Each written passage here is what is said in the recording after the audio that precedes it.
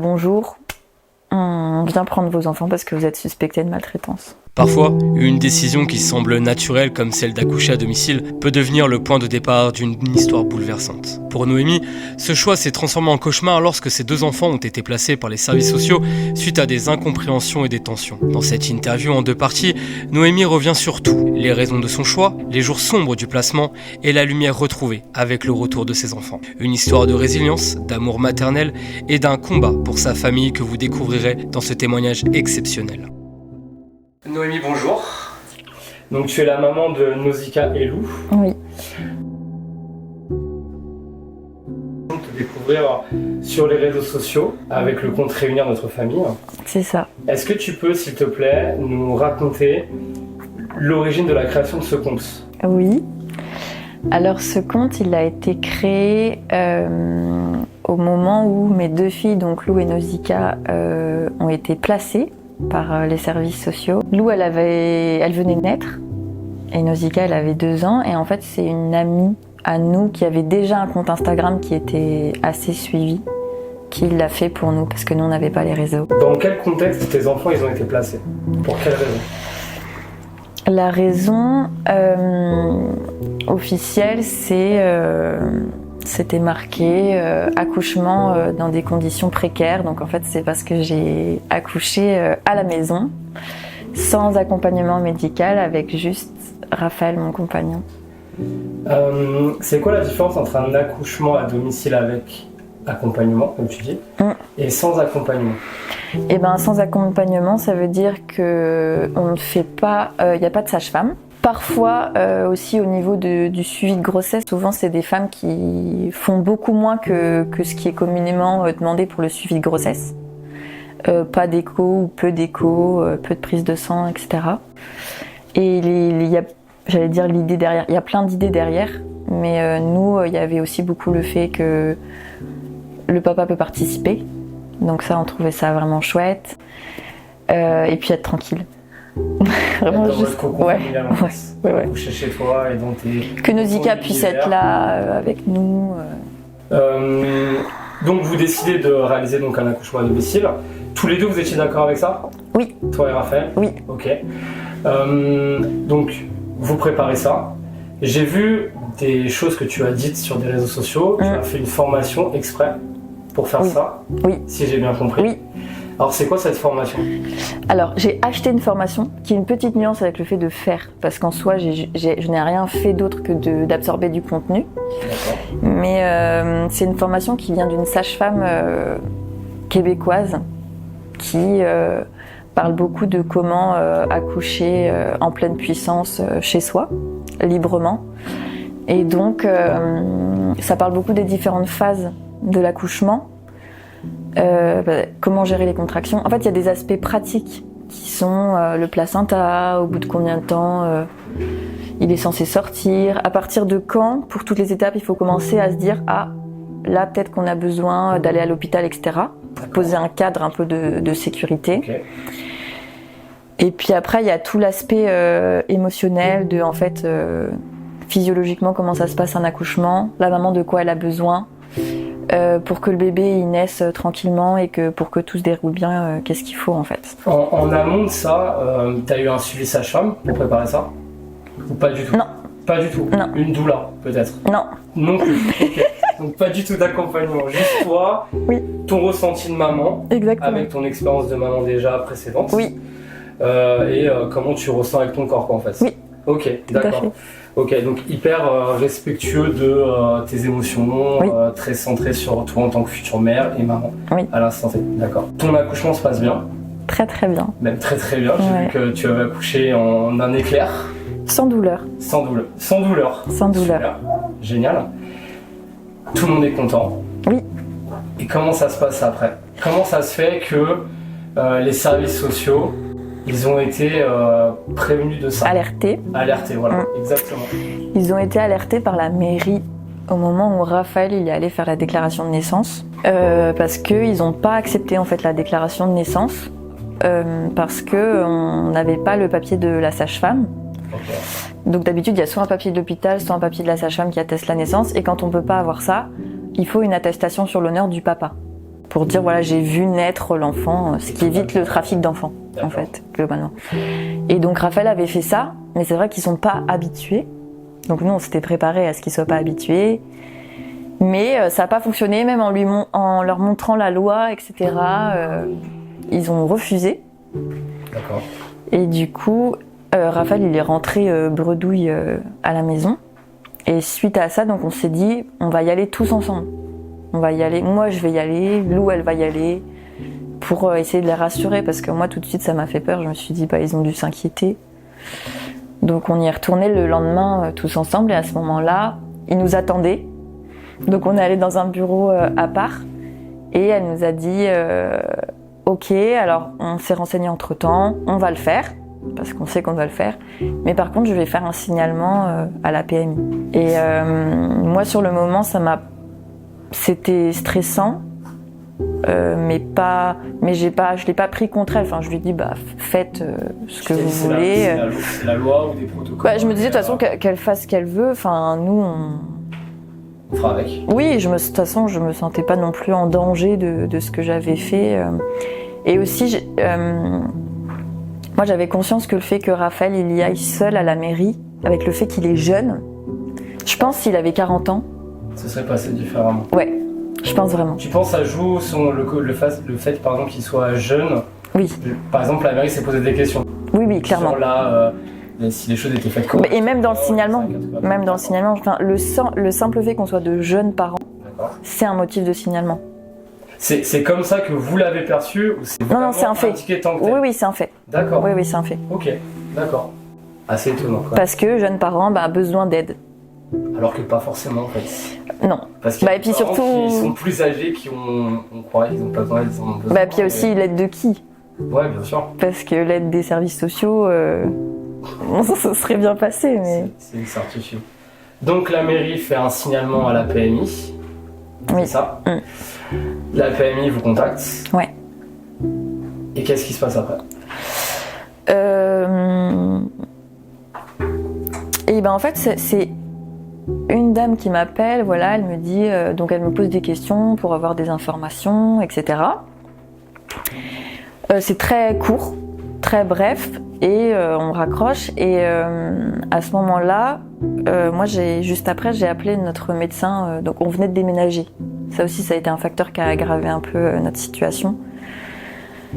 Lou, elle devait faire son examen des 8 jours, là, dans les 8 jours de naissance. Donc, j'appelle le médecin qu'on avait rencontré un peu avant, en lui disant, est-ce qu'on peut faire l'examen des 8 jours? Et il nous dit, en fait, la PMI vient de m'appeler. Donc moi, je vous conseille de faire l'examen avec eux pour les rassurer parce qu'ils sont inquiets. Donc à ce moment-là, moi par contre, à ce moment-là, j'ai vraiment commencé à avoir super peur. Okay.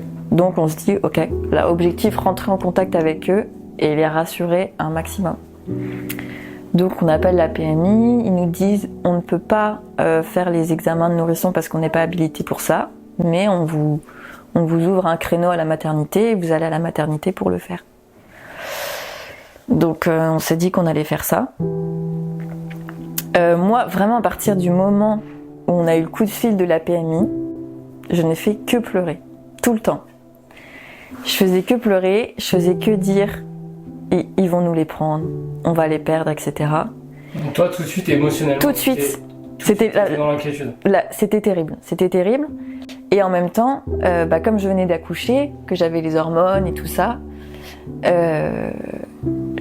je déversais, mais je me disais, Noémie, tu sais que tu viens d'accoucher, voilà, donc t'es pas forcément lucide sur la situation. Et tout le monde me disait ça aussi. C'est-à-dire, je me souviens, forcément, j'ai appelé plein de monde parce que j'étais en détresse, j'avais très très peur. Et tout le monde me disait, mais Noémie, on n'enlève pas des enfants comme ça. Donc calme-toi, vraiment calme-toi. Donc voilà, c'était vraiment une semaine très très très très dure. À la maternité, c'est Raphaël qui a emmené Lou. Et moi, je suis restée avec Nausicaa parce que j'avais peur.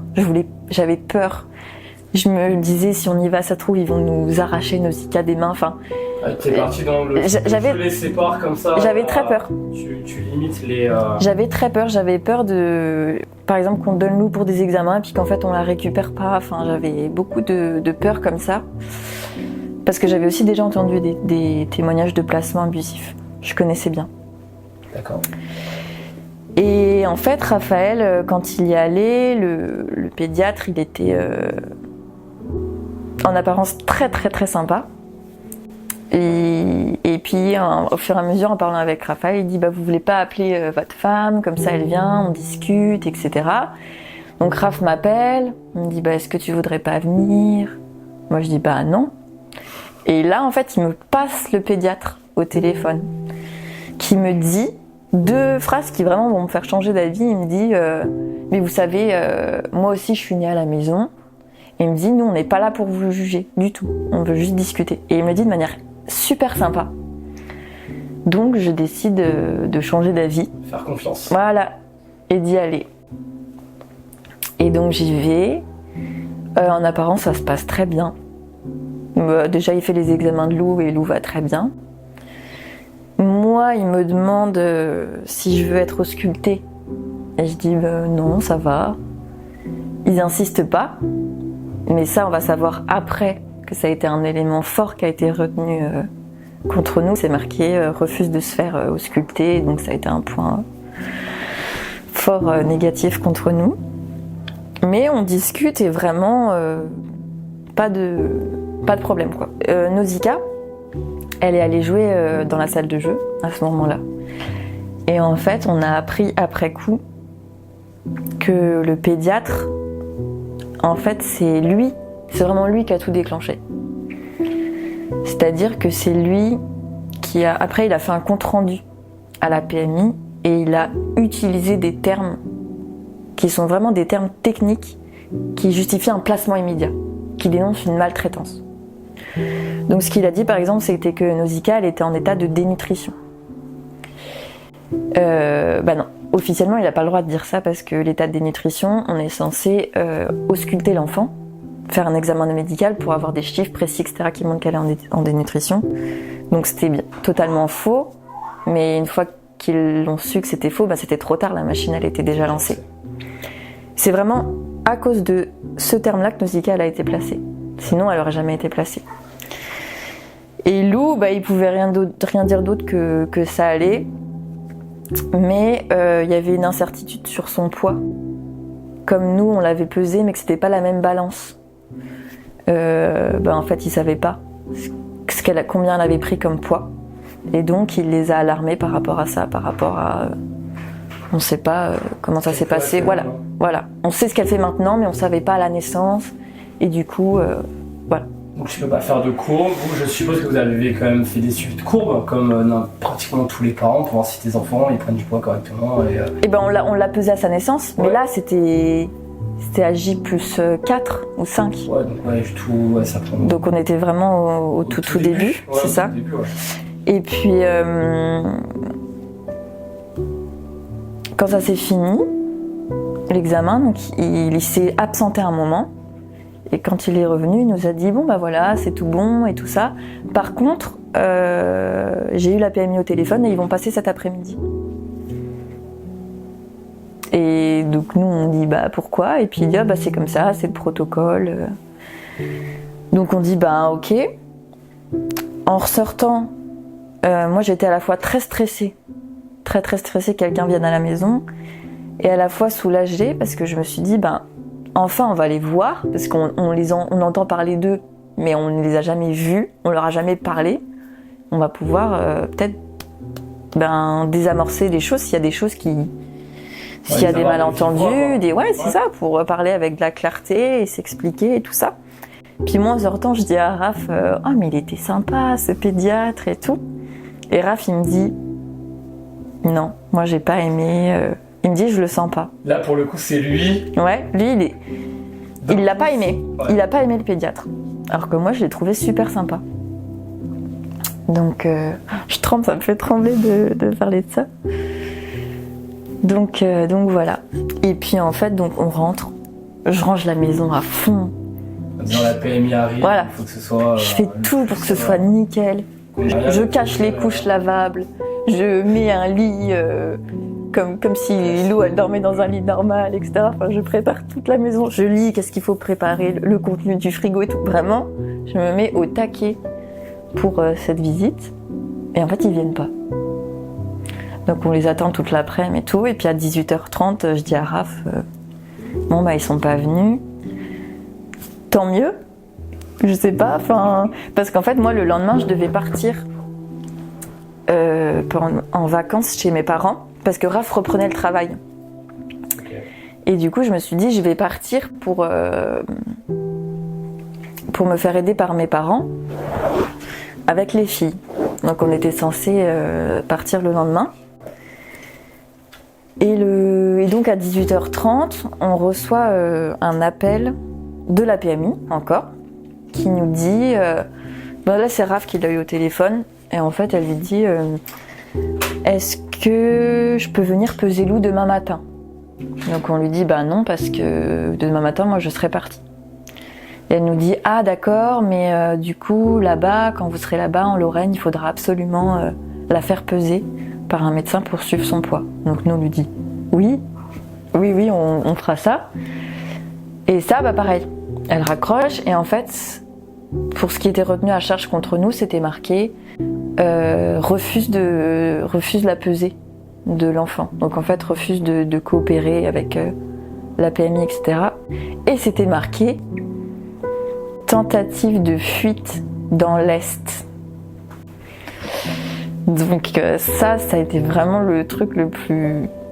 Franchement, mais on en rigole aujourd'hui parce que... Mais même sur le moment, on s'est dit, mais cette phrase tentative de fuite dans l'Est, ça fait vraiment... Genre tu vas enlever tes enfants. Ça n'a aucun sens. Donc voilà, le fait qu'on lui dise, on part demain pour que je puisse m'occuper des filles avec mes parents, pour recevoir de l'aide, c'était prévu depuis le début, etc. On se sentait même pas en danger, nous, par rapport aux services sociaux. Mais elle s'est dit, ils sont en train de m'avouer qu'ils vont fuir. Et elle l'a écrit comme ça. C'est assez lunaire quand même. Et pourtant, je l'ai retrouvée de nombreuses fois dans des placements, dans des témoignages de placement. Dès que tu déménages ou dès que tu bouges, alors que tu es en contact avec les services sociaux, tentative de fuite, tout de suite.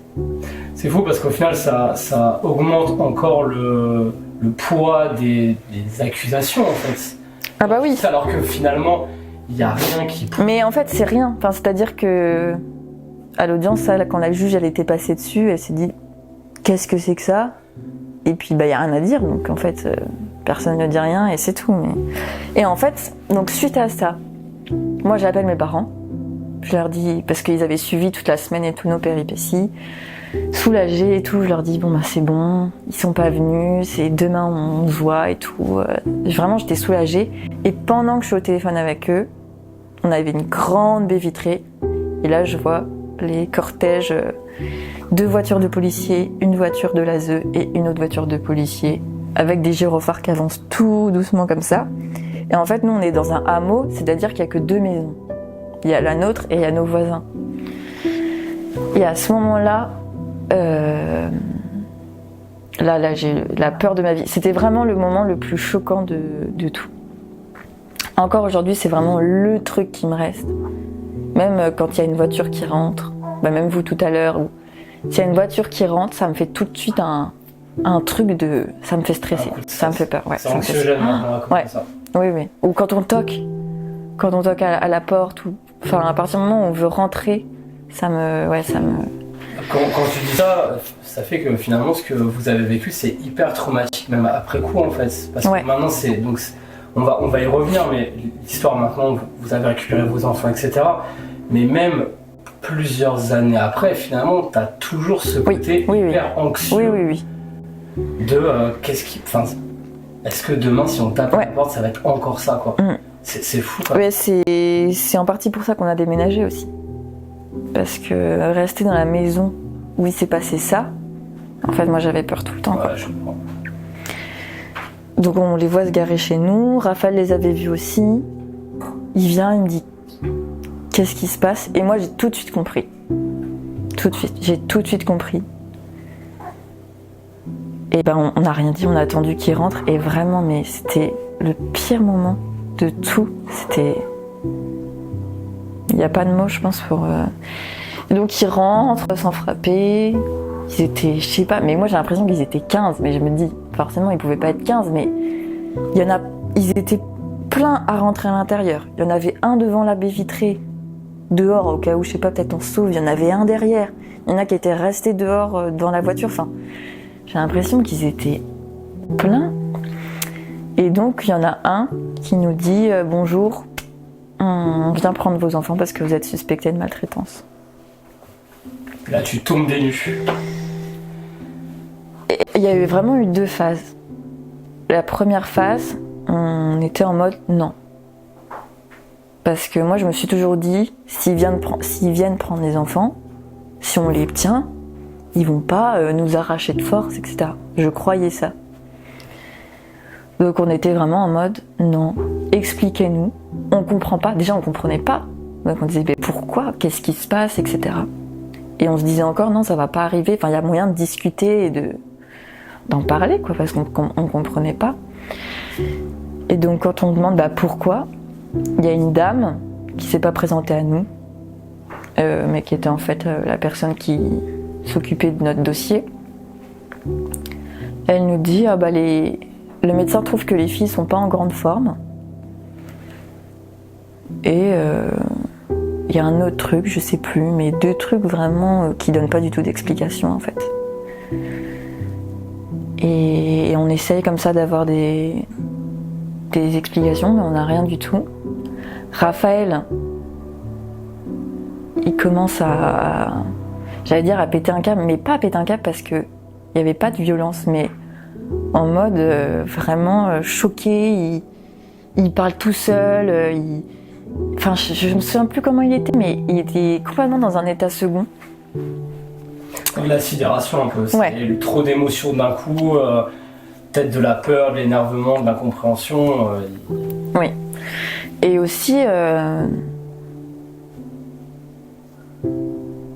il y avait Nausicaa il y avait cette table, il y avait Nausicaa qui était de l'autre côté de la table.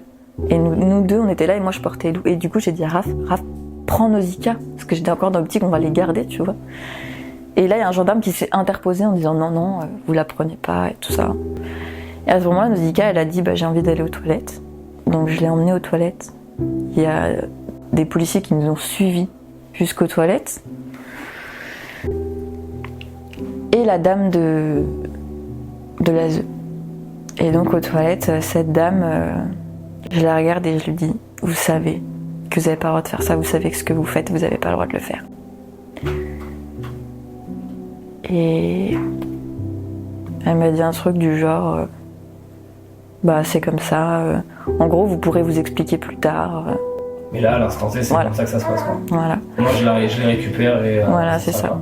Et puis là le gendarme, quand il a vu de toute façon on les donnerait pas, il nous a dit mais en fait soit vous nous les donnez et ça se passe bien et vous les préparez, soit on vous les prend de force.